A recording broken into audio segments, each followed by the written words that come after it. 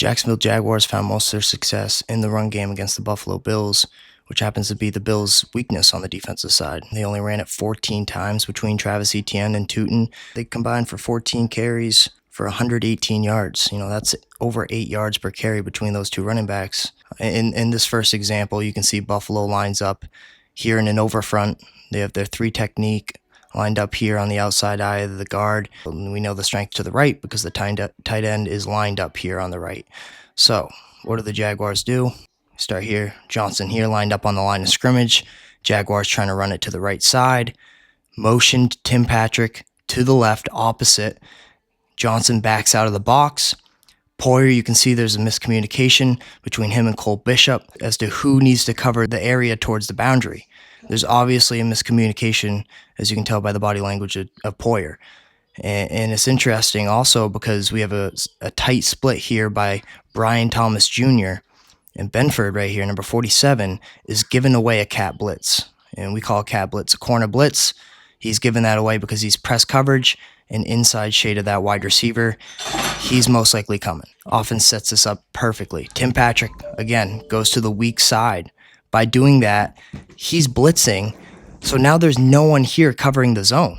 And you have two receivers now on this side. So what happens? Miscommunication. Who needs to rotate down? Cole Bishop has to get his butt down to cover that zone because Benford's leaving. And also there's probably someone among these two that needs to get towards the weak side. But there's just a total miscommunication in the defense, all because of this one motion. Okay, we see motions opposite. Huge confusion. Everyone's flowing that way. Thompson here, he has his eyes on Patrick. But as you can see, full clip motions across. Nice flip and just wide open. A ton of space right here for two pullers on two defenders, 2-on-2. And let's not forget, we need to talk about Jakobi Meyers. This is part of the reason that they went out and traded for him midseason because of stuff like this. He's cracking down on a defensive end. How many times do you see a wide receiver cracking down on a defensive end in the run game? And Jakobi Meyers, huge wide receiver, pretty much a tight end with wide receiver speed and route running, but just a great crack block, as you can see right here. Number 75 just gets absolutely turned. Is it holding? I don't know. I think it was just great crack block. Not much 75 could do about that, and it just opened up this whole right side.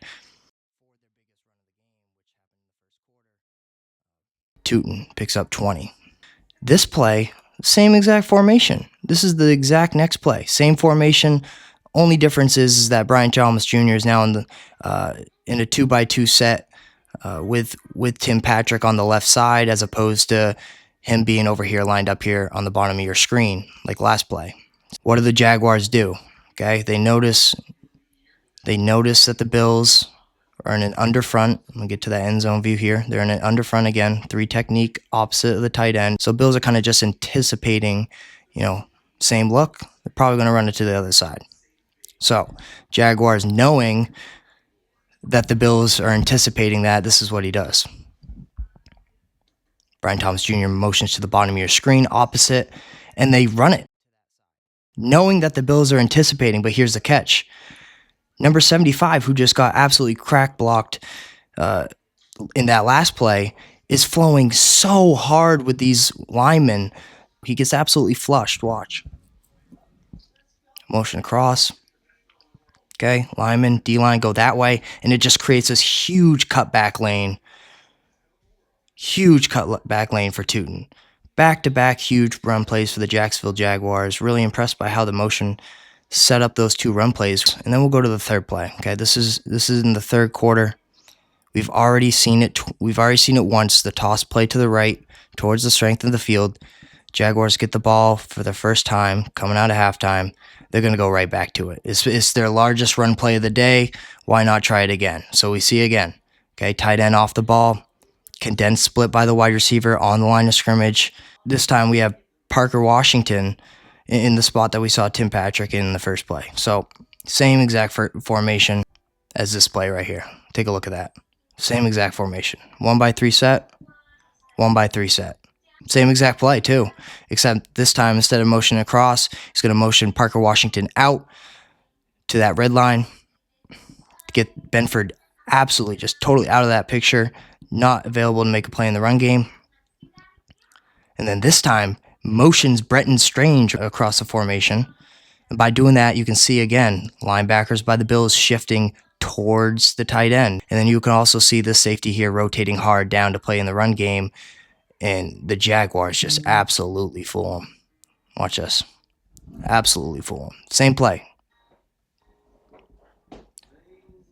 Motion cross, keep the toss to the right side, another puller, 26 yards. This was their biggest run play of the game. I can't forget it again. Jakobi Meyers, man, watch this crack block. We saw what he did to 75, but watch him light up Bosa here. Boom! Puts him on his back. Just beautiful play design by Liam Cohen in this offense. Beautiful execution. And just absolutely fools the Buffalo defense. And this is why I think the Jaguars should have stuck to the run game. The motion was just absolutely manipulating the defense.